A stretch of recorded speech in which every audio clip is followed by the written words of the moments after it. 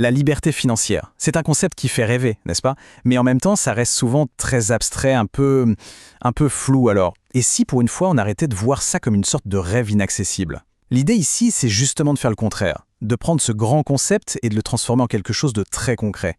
Un chiffre unique et personnel. Allez, on plonge dans le vif du sujet. Il y a cette citation de Sun Tzu qui dit « Tout le succès d'une opération réside dans sa préparation ».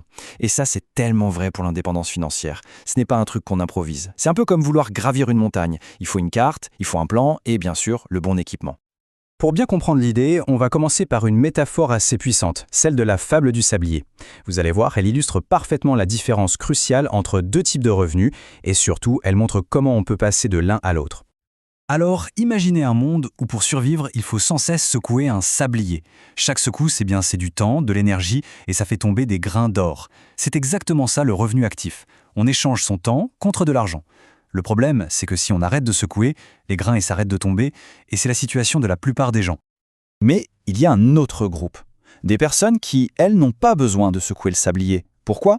Parce qu'elles possèdent les champs où les grains d'or poussent tout seuls. Ces champs, ce sont en fait des actifs, des actions, de l'immobilier, ce genre de choses, qui génèrent des revenus passifs. En d'autres termes, leur argent travaille pour eux, qu'ils soient en train de dormir ou en vacances.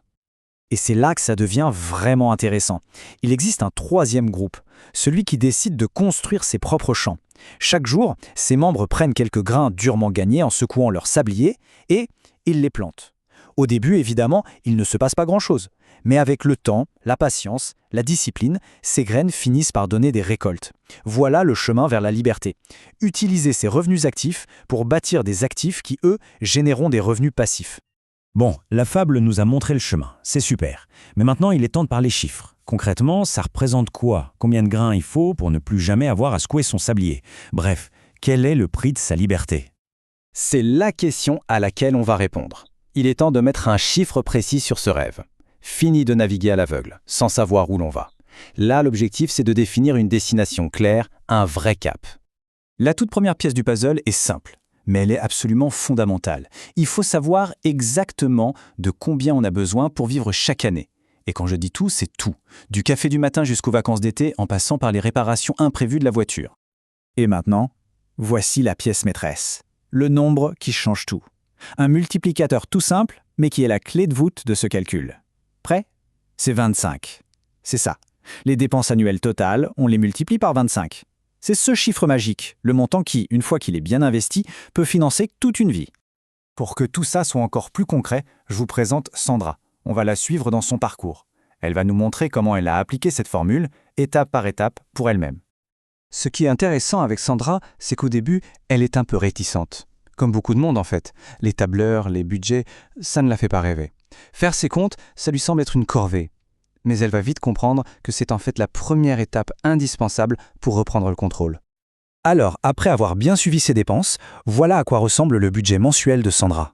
On voit bien son loyer de 600 €, la nourriture, les transports. Au total, on arrive à 1 400 € par mois. C'est vraiment une étape cruciale. Savoir précisément où part l'argent chaque mois. C'est la base de tout.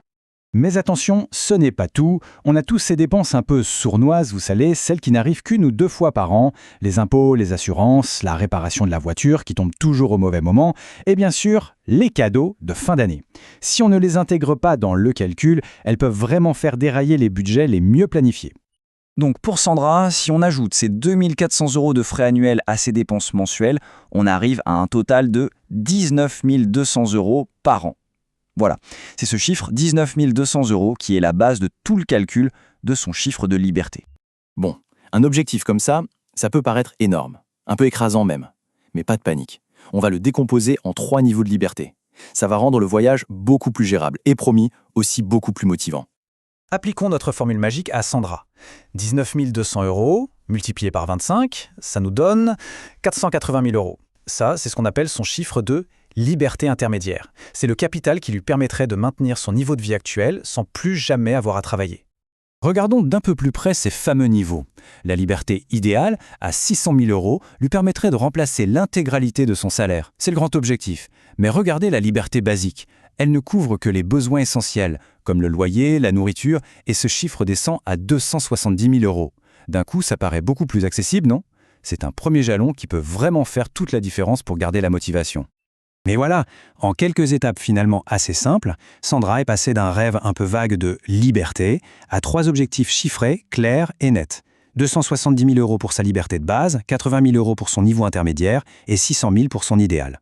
Elle a maintenant une véritable feuille de route pour son voyage vers l'indépendance financière. D'accord, on pourrait se dire que ces chiffres ont l'air immenses.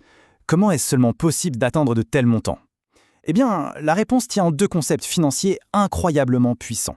Les intérêts composés et la performance historique des marchés. Ce qu'il faut vraiment comprendre, c'est que la progression n'est pas du tout linéaire. Au début, c'est lent, c'est comme pousser une toute petite boule de neige en haut d'une colline. Mais au fur et à mesure qu'elle dévale la pente, elle grossit de plus en plus vite, sans effort supplémentaire. C'est ça la magie des intérêts composés. L'argent commence à travailler tout seul, il génère des gains qui eux-mêmes génèrent encore plus de gains. Alors pourquoi ce chiffre magique de 25? En fait, c'est parce qu'il est directement lié à ce qu'on appelle la règle des 4%. C'est une règle de base qui dit qu'on peut retirer 4% de son capital investi chaque année pour couvrir ses dépenses et que, en théorie, ce capital ne s'épuisera jamais. C'est la clé d'une liberté financière qui dure dans le temps. Et attention, cette règle, ce n'est pas juste une idée en l'air. Des études très sérieuses ont montré qu'avec un taux de retrait de 4%, il y a plus de 95% de chances de ne jamais être à court d'argent sur le long terme. Et ça, même en ayant traversé des crises économiques majeures. C'est donc une stratégie qui a vraiment fait ses preuves. Comment c'est possible? En fait, c'est assez simple. Sur le long terme, les marchés financiers ont tendance à monter. Malgré les hauts et les bas, les crises, les crashs, le marché boursier américain, par exemple, a eu un rendement moyen de presque 7% par an après inflation sur plus de 200 ans. C'est cette croissance de fonds qui permet de retirer ces 4% sans jamais épuiser le capital de départ. Finalement, le parcours de Sandra nous a vraiment montré le chemin. De la fable, on est passé à la formule. On a transformé un rêve qui semblait abstrait en un objectif quantifiable. La liberté financière, ce n'est pas une utopie, c'est un calcul. La question qui se pose maintenant est donc toute simple. Quel est le chiffre qui peut changer une vie ?